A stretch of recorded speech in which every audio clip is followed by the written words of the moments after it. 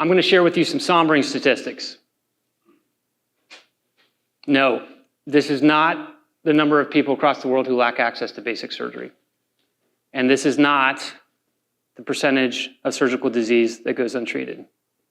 This is the percentage of physicians who say they would not choose to go into medicine again if they had to make the choice again today. It's sombering and it's startling. And these statistics, they're all around us.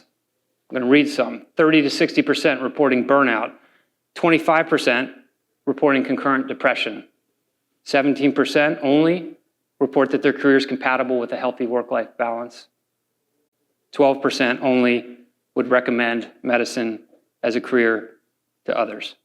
It's staggering.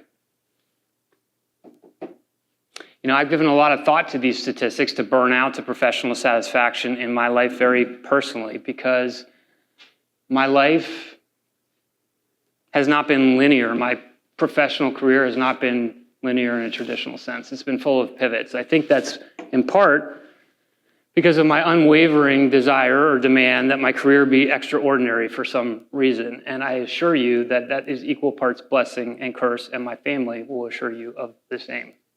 But because of it, when I see new opportunities to learn something new, I pivot. And when I see opportunities to do something amazing in my career, I pivot. And when I feel boredom sort of creeping in, I pivot drastically. And those pivots have taken me across academic medicine and private practice and roles in leadership and entrepreneurialism and medical legal and invention and device manufacturing and, of course, global surgery. And somewhere along the way, I stumbled into the role of mentor. And it was formally at first, as you might expect, formally assigned to mentor students or residents or fellows, but much more commonly it was informally. People would call me, ask me for advice, have conversations with me, I think not because I had all the right answers, but because I had leaned into and navigated many of these challenges in my career that were quite frankly frightening. And when they called, they would ask me questions not about what I expected, which was clinical medicine, but about life and how to navigate careers and jobs and contracts and interpersonal relationships with colleagues or superiors. And this became so common that I started what I called office hours, which was a fancy way of saying I have an hour commute home every day. My phone's always open, feel free to call. And after dozens and then hundreds of these calls over the years, that's when I realized I was not so much an educator, but rather a mentor. I'm going to walk you through some of those calls, but suffice it to say, the educators and mentors in the room will tell you that we learn more from those that we're working with than we ever impart upon them. And this situation was no different, especially when I leaned into these conversations with curiosity and questions, as you'll see. I'm going to set the stage. This is 64, driving home. It's a beautiful day, as you can see, and I get a phone call. David, I am burned out. Okay, nice to talk to you. What does that mean? I'm exhausted. I have so many patients that I can't get through them. The Epic inbox is through the roof. I'm getting insurance rejections, peer-to-peer review. I have 5 minutes to see patients. I'm just exhausted. And so then I started asking a second question there, which was, why did you go into medicine? And the first answer is almost universal. I really wanted to help people. Then I continue. Well, tell me about yesterday. Well, I was in clinic. Well, tell me about it. Walk me through it. You know what it's like, David. Tell me about it. Well, I went into the first room, a patient with urinary incontinence. I walked through a treatment pathway. I gave them a medicine, and off they went. It was fine. And so then I asked a second question, an uncomfortable question. Didn't you just help somebody? Didn't you just help somebody who's embarrassed, who might sleep better at night, who might now not be afraid to go to the house and go to book club with their friends? And that's when you hear either on the phone this uncomfortable pause, or if I'm talking to people, you see it in their eyes, it's this internal conflict. And it's, yes, I guess I did. I just expected it to be more, helping people to be more. There's a second version to this story when I ask, why did you go into medicine? And it usually focuses on science, a deep love for science and understanding the complex human anatomy in the body. And so again, back to the clinic we go and tell me about that patient with incontinence. And in many cases, it's a master class. They tell me about detrusor overactivity and pharmacology pathways and neurourology. And I interrupt again and say, didn't you just do science? Once again, that internal conflict, I guess I did. I just expected it to be more. It's not so much that we're not doing science. It's not so much that we're not helping people. It's just that what we expected was more. And think about it. For those of us who wanted to be doctors since before we can remember, when you were 10, when you were 15, when you opened that acceptance letter for the first time, when you stepped foot into the gross anatomy lab for the first time, we didn't imagine a 5-minute visit, prescribing a medicine. We imagined changing the world. We didn't imagine applying science using a complex knowledge of pharmacology to write an anticholinergic. We imagined redrawing the map, inventing things, innovating things. And I know I'm right about this because I've had the conversations again and again and again and again. Now, the cynics in the audience, I know that there are a couple. They'll say, well, that was just unrealistic. I mean, that's their problem. They should have never thought that that's what was going to happen. Maybe, or maybe that was the compass. And when we slowly drift away from that compass, that North Star, this. To me, in my life, burnout doesn't feel so much like exhaustion. It feels like disillusionment and apathy. So if the hardest part is finding this compass, really helping people, really doing science, how do we do that? Well, I'm going to share with you my journey, a journey about global surgery. I know it doesn't fit for everybody, but I think some of the lessons are universal across careers, across people, across stages of their career. And we'll show you how global surgery can transform lives. Chapter 1, helping people, really helping people. It starts with finding the people that really need help. There are no ordinary moments. On the left is Dr. Tim Bradford, who's been with me since the start of this vision. And this is the end of our first trip to Belize, well over a decade and a half ago. And the inception of this trip probably seemed rather ordinary to me at the time. Walking into his office at the end of a long day of clinic, I probably said, hey, Tim, I really want to get into global surgery. I want to go to Belize. Would you like to come? Sure, Dave. Okay, let's do it. But that, what seemed to be ordinary moment turned into the clearly extraordinary moment when we stepped foot off in Belize in the first time and saw with our eyes how the 80% of the world around us lives, engulfed in poverty that's inescapable. And men, women, and children suffering from surgical disease so basic, but in these cases, so deadly. It was all around us, but yet this is the way the world lives. Senseless was a word that came to my mind often during that first trip. And quickly that changed to unacceptable. This is the way the world lives. 30% of all disease is surgical, yet 30 to 50% of our world's population lacks access to basic surgical care, any basic surgical care. And we estimate that 143 million additional surgeries are needed every year to meet this gap. This is what we saw all around us. And this is what we heard all around us.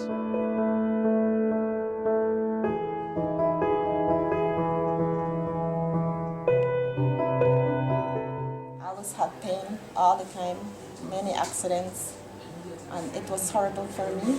They had to do an emergency, and they cut me like beyond on my navel, so the urine can come out. He had a mass on his right kidney. I mean, I had pain every day. Every single day I had pain. I was peeing myself constantly, that I had to walk around with a big purse with pads on, and every minute I had to change my pads because the urine was just coming down a lot. I had a kidney tumor. You have seen tumors that are small and aggressive, large and benign, but the one that I have is both large and aggressive. Many of these women that we take care of have been completely abandoned by family, friends, and really their entire communities.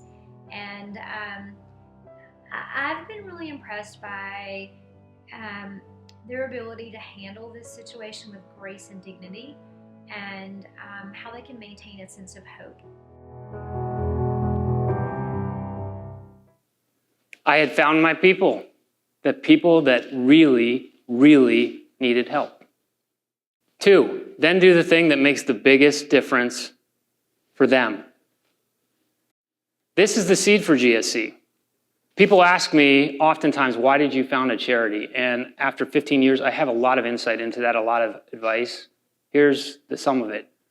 Don't do it unless you have a very specific vision and a very specific model for affecting that vision.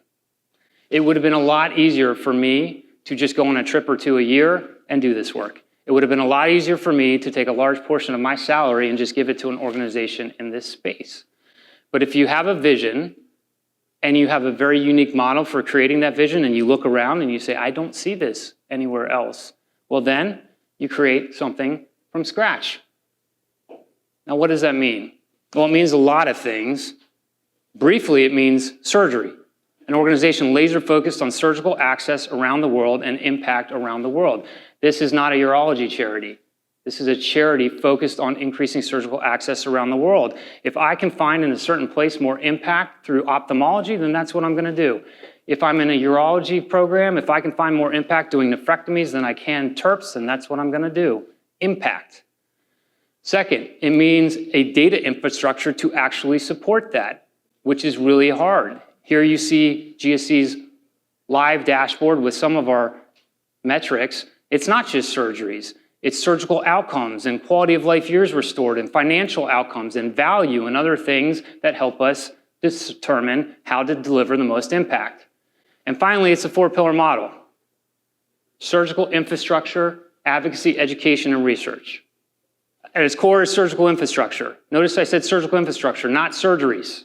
Sure, we provide surgeries, but we provide surgical equipment where specifically it can be leveraged to produce sustainable outcomes. And we provide surgical training, not just to the surgeon, because as much as we like to think about it, an operative team is not just a surgeon. It's a whole tremendous amount of collaborators. It's anesthesiologists and techs and equipment specialists and biomedical specialists and nurses. And so we train them. But that's just the tip of the iceberg. Our research arm, as you see, is not designed just to do prospective research. It's designed to understand what we're doing and hone our programs so that we create the most impact. Our education arm, domestic education arm, that is the future of global surgery. That is designed to train and foster and empower the next generation of global humanitarian leaders. And advocacy, we advocate for funding. We advocate for awareness. We advocate for volunteers. We advocate as part of a global team across the ecospace. So I'm going to walk you through that with a story called More Than a Bed. Our story begins in Belize, not with surgical infrastructure, but with advocacy. Years of conversation, years of developing relationships, sitting across the table from clinicians, from administrators in the government, culminating in an invitation to explore expanding urologic services in Belize.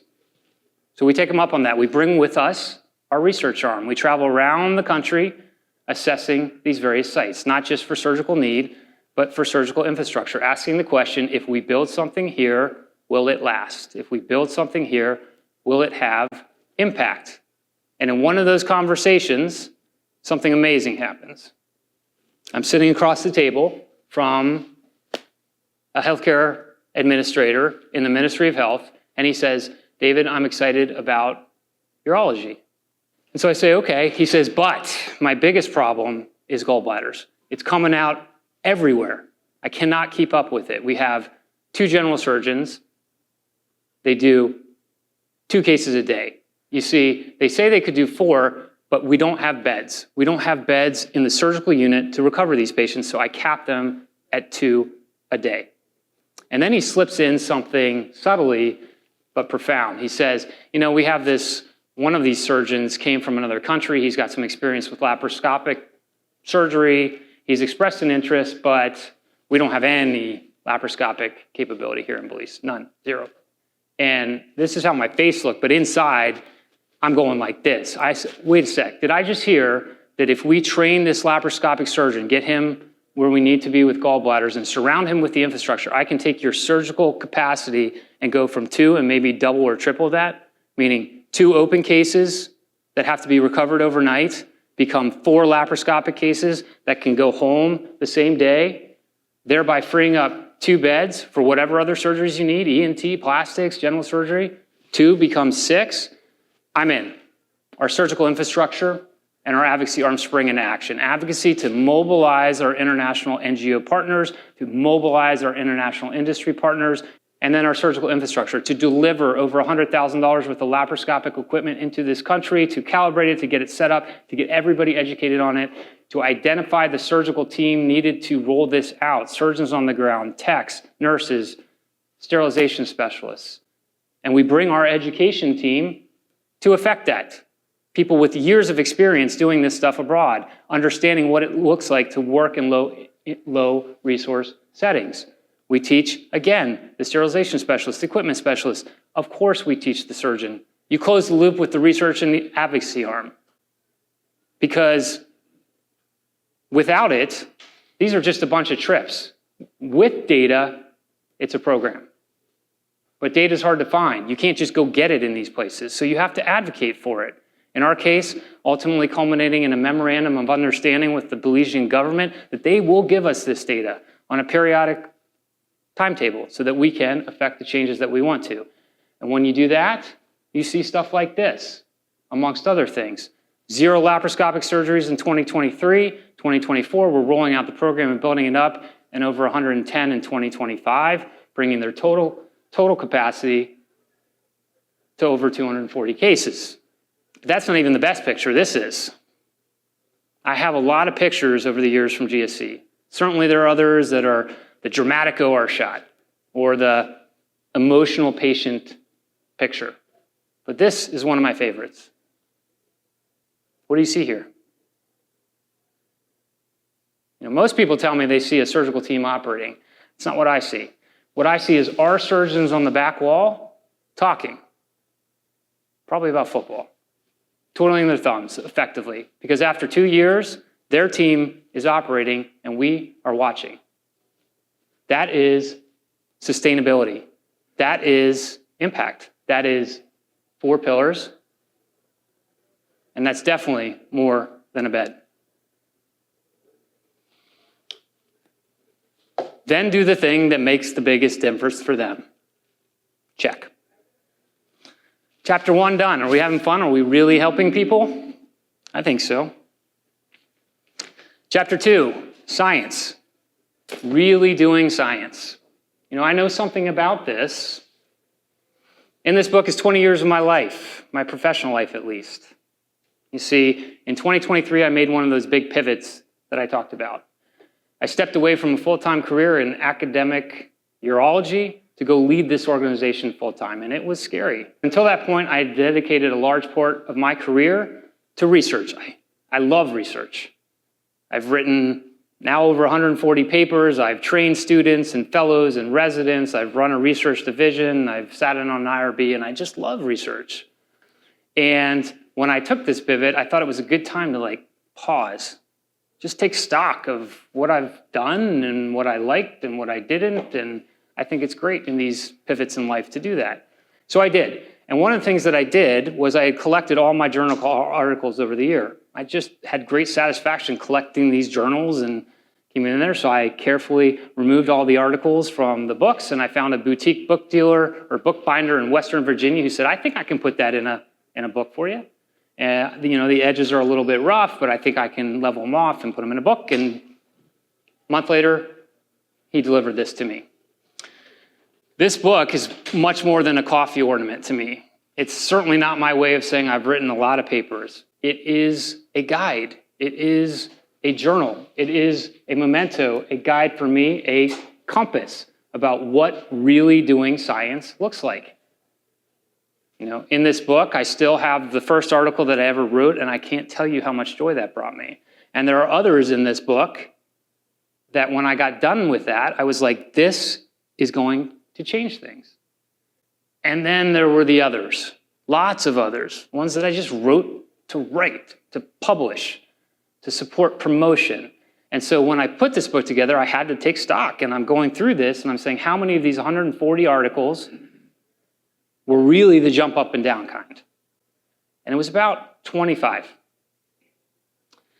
Now, some people look at me and say, that's really sad, but I don't. I look at it like a lesson and a guide and a journal to forge the next 10 years of my career. Here are some lessons from that book. Number one, sometimes innovation isn't complexity, it's seeing how simple pieces fit together. Number two, and this is a big one, follow the story. Like, really follow the story. So I'm going to do that in real time with you with a little exercise. And to do this exercise, we're going to do a little role play. So congratulations. You've all received a promotion. You are now the CEO of a multi-international global surgery charity. It's your first day of the job. You're going to have to make some tough decisions. Namely, which patient do you treat? You got 143 million surgeries that you need. You can't possibly do that unless you know something that I don't. And if you do, please find me afterwards and let me know. So you have to make some choices. On the left is Joe. Joe is 67. He lives alone. He's got bladder cancer.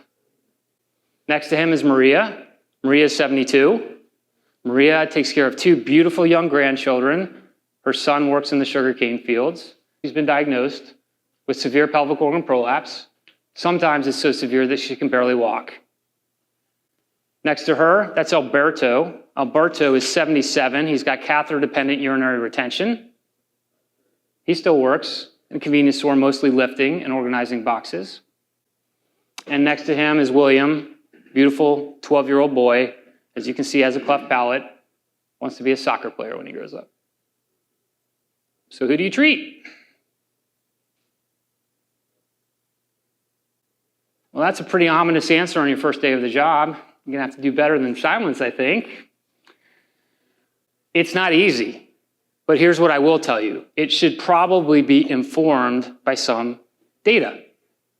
That's where the easy ends, because getting data is hard. I know it took us 2 years to do it. When we decided we need some sort of metric like quality of life years returned through our surgery, it took us 2 years to scour the literature, to find references, the references that we couldn't find, to send people on the ground to get them, to identify quality of life years returned for every surgery we do across all the specialties, across genders, across ages, to find life expectancy values. But when you do that, you get this.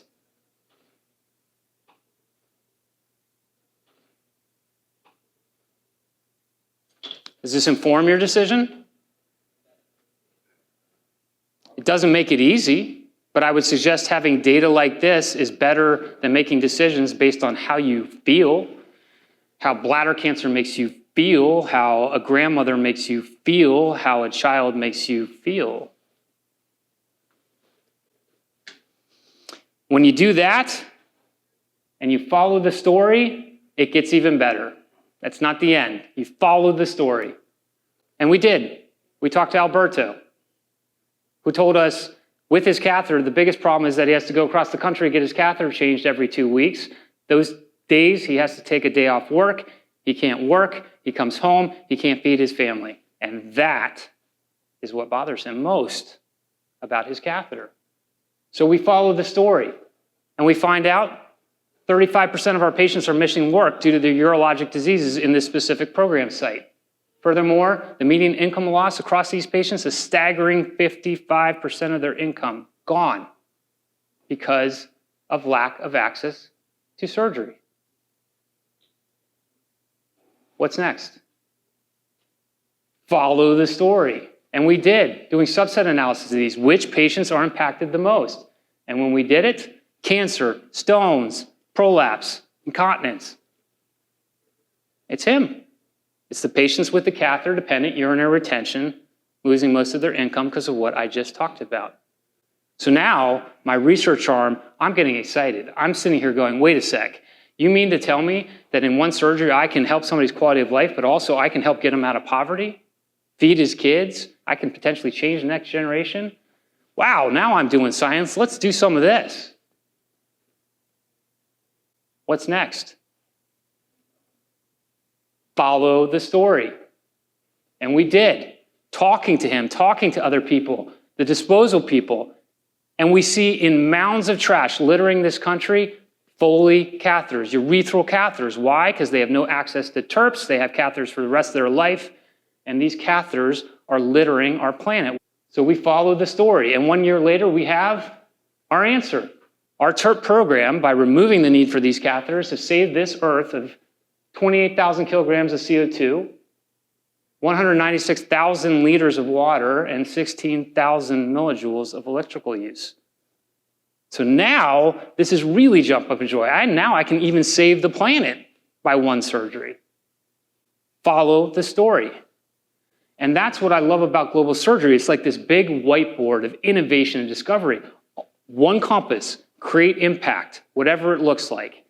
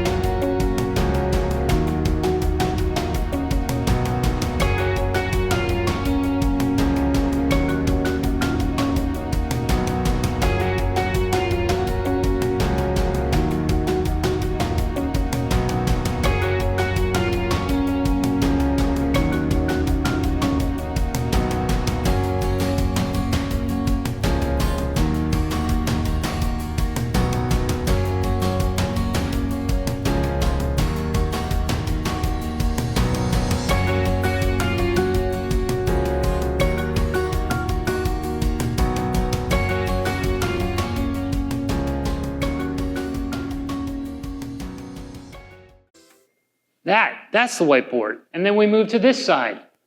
Virtual reality techniques and novel tools that we implement to train a surgeon in Belize to do urethral slings in the classroom, my hotel room. Months before he ever hits the ground running with our surgical team on the ground, watching them before he ever goes across the country delivering urethral slings himself, catapulting our training. Or this, a novel pelvic floor physical therapy program developed by our physical therapy arm, teaching people for 6 months virtually online before we ever step foot in the ground, teach them in person, culminating in what you see here, graduating our first cohort of midwives on the right side who's now across Belize delivering pelvic floor therapy to rural areas so that we can prevent the need for surgeries in the first place. It's all around us. And when you do that, this is how the story ends. The Lord answered our prayer, and today is we feel very happy today because she already went for a surgery this morning, and everything is coming okay. And now we are very, very happy with those doctors are coming through to Belize and try to help the poor people like us. I'm doing very, very, very well, man. I really appreciate you guys. Thanks for your support and your... This is my new formal family. Okay. All my brothers from a different mother. I have to bid God's blessings on every single one of them. It's amazing what they did for me, for my life. Everything changed. Yo, good. Wow. We did the surgery, and now I'm free. I don't have to walk around with a big purse, and I don't even have to wear panty liners. So I'm doing great. And thanks for you giving back my life again, and And God bless you guys. And I was wheeled into surgery the 19th of January 2016. A date that is etched in my memory. I came in the 19th of August. I did my first surgery the 21st. 8 years, still recovering and recovering well. Cancer-free. Cancer-free. I'm good, man. I'm good.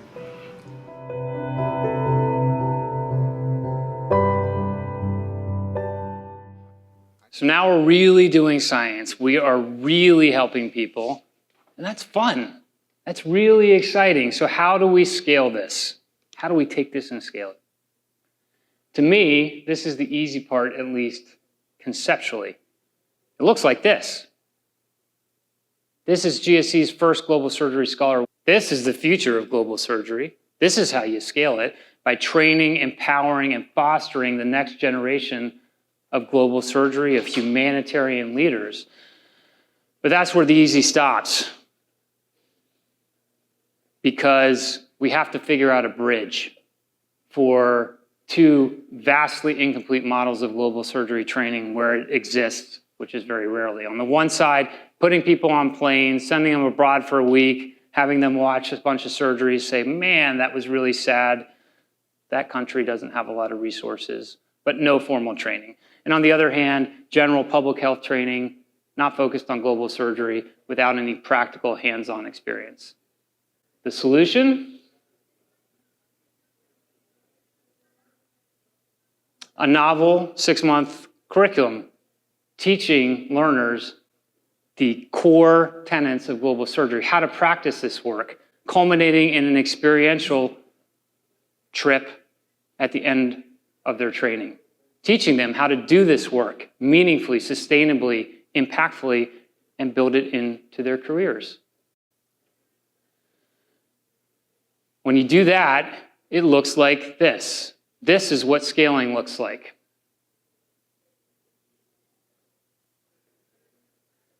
And this is what scaling sounds like. So I had the pleasure of joining GSC as a trainee in a trip to Belize when I was a senior resident. So I went on a trip back in September of 2021. The trip that I went on was to Belize, and that was in 2016. My trip was actually the first trip after the pandemic hit. For GSC trip, we went to Belize City.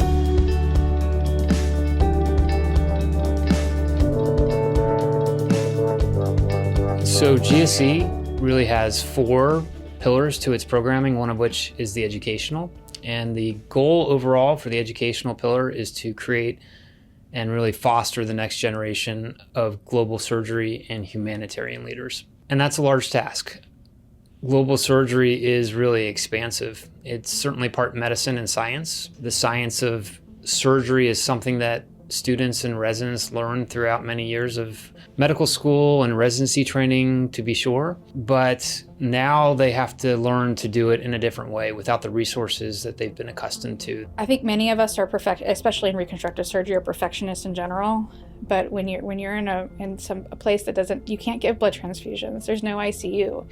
And so the threshold for error or anything going wrong is even lower than it is here. And so it's nice to slow down and focus and see how the technique has changed. So really what you have to do is, in a way, deconstruct what they've learned and teach them to do it in a different way. But it's also much more diverse than that. It's part history, teaching them about colonialism and the health disparities throughout the world and why we are where we're at. It's part leadership, teaching them how to inspire and engage a team of volunteers and also collaborate with local healthcare providers and administrators to deliver that care. About half of our trip that I went on back in 2021 was centered around meeting with various health officials. You know, before I did that, I had a pretty superficial understanding of what it meant to provide global surgery. It's also part psychology, teaching them how to engage and deliver care in different cultures. It's part research. The research that we do is trying to understand how we deliver care in these settings with more impact and more sustainability. Well, one of the projects that I was involved with as a fellow on my second trip to Belize was sitting with the family members. So I spent a lot of my time in the waiting room of the clinic during that trip. And I had detailed conversations with the family members about the personal and the financial impacts of the patient's medical conditions. We were able to present that at a national meeting and also soon to be published to really educate the world on the type of dramatic impact that urological conditions can have on people's financial well-being. Those of us who do this work will tell you all it took was one trip. So we start with exposure for young learners through our GSC student and resident scholarships to participate in these trips. We get comfortable in our own little worlds, and I think it's a good thing to see how different things are done in different places. And I think they do a great job of that, exposing you to different avenues of how to help people. I appreciated when we were down there that Dr. Rapp and Dr. Bradford, the level of respect that they gave me. What I saw over the course of a week in Belize was far more varied and far more advanced than what we see at a typical tertiary care center, which is, to put that in context, somewhere where patients in the United States get sent when they have advanced conditions that need a higher level of care. We were seeing that with most of the patients who were walking in the door in Belize. But that's the tip of the iceberg. And this is where I really think that GSE is doing something unique and different. We really want to supplement that experience with longitudinal formal training for these learners. And for our most committed learners, it takes place in the Global Health Leadership Track, which is a 2-year program where we really teach in depth the details and the workings of global surgery. I've touched on that, 90% of the work is both before and after a surgical trip. Both my participation in GSE and the Global Health Leadership Track has been really helpful in allowing me to understand those things. So welcome back to Alexandria. We have traveled 3,000 miles to Belize and 8,000 miles to Africa in some of the journey that we've taken today, and I'm appreciative that you came along for the ride.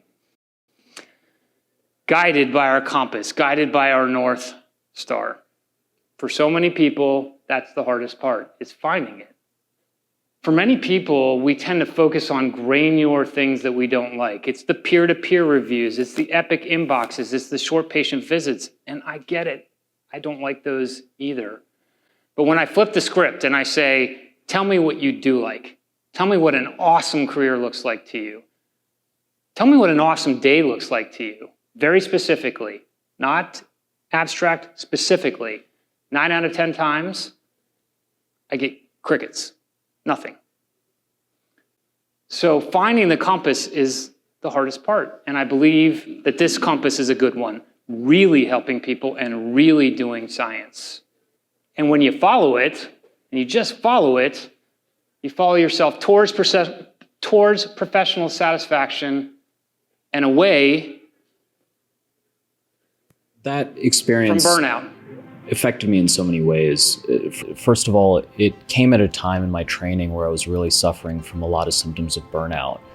There's a lot of pressures, there's a lot of continuous stress from being within the medical training system, but it allowed me to really just center and focus on what drew me to medicine in the first place. Surgery, medicine is very tough nowadays, and it's oftentimes easy to question whether it's worth it. It's easy to forget that being a surgeon and a physician is really a privilege. It is a privilege to be able to go and do what we do and care for people and have that intimate relationship in these settings where people oftentimes have no access. It is so visible. That is also a lesson that I hope to instill on the residents and students that I work with, and it very much helps with burnout and helps see our careers in a much different light.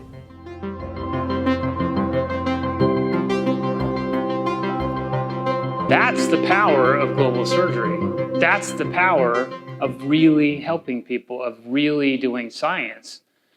Most importantly, it's a powerful reminder that this is one of the most amazing gifts that we all can receive. A medical degree. It is a ticket to helping people, really helping people, to doing science, to really doing science. And quite simply, it is a ticket to this.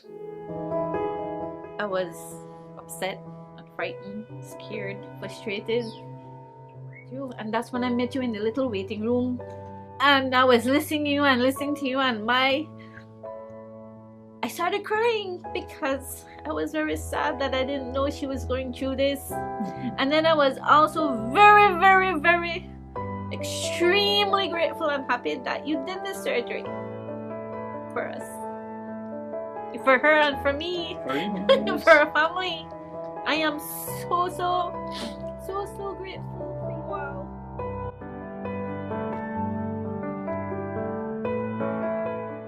You can change somebody's life overnight. You can have them take them out of social isolation and put them back in society. You would change his life. He'd be very happy. Oh, I'm sorry.